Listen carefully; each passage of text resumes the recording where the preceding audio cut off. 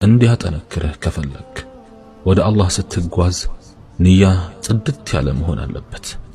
ሁለተኛ ሐራም የሆኑ ግንኙነቶችህን አቋርጥ።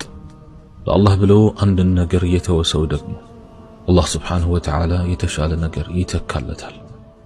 ሶስተኛ የተወሰነ የቁርአን ዊርድ አዘጋጅ።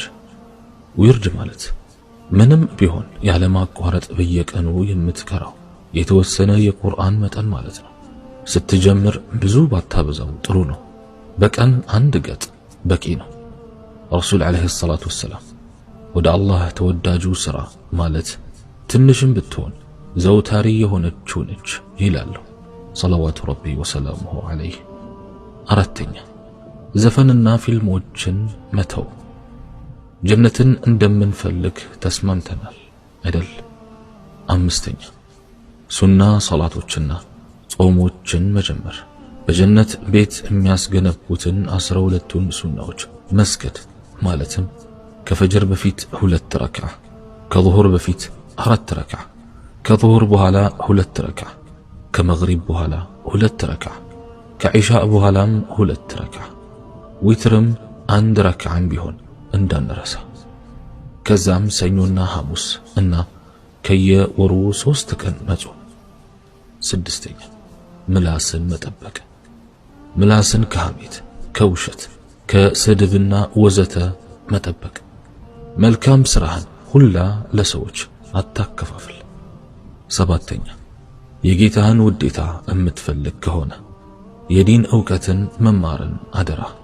1-2 ገጽም ይሁን ብቻ ግን በዐቂዳ ትምህርት ጀምርና ቀጥል፣ አታቋርጥ። ስምንተኛ ከአላህ ጋር ለብቻ ሆኖ መውራት። ወላሂ ለብቻ ሆኖ ከአላህ ጋር ስለ መውራት ባወራ አልጨርሰው። ጥፍጥናው፣ ራሓው፣ ምንዳው ላውራ ብል አልችለው። ቁርአንን ወይንም አንድ መጽሐፍ ያዝና ወይንም በአላህ አፈጣጠር ላይ አስተንትን። ለብቻ ሁንና አላህን ልክ እንደምታየው ሆነ አናግረው፣ አልቅስ፣ ለምን፣ ተማጸን። ለነፍስህ መጽዳት፣ ለኢማንህ መጠንከር ወደ አላህ የበለጠ ለመቅረብ ትልቅ ተጽዕኖ አለው። ዘጠነኛ ሌሊቱን ሕያው አድርግ። አሳሳቢውን ጉዳይ እንዴት እንዳዘገየሁት አላውቅም።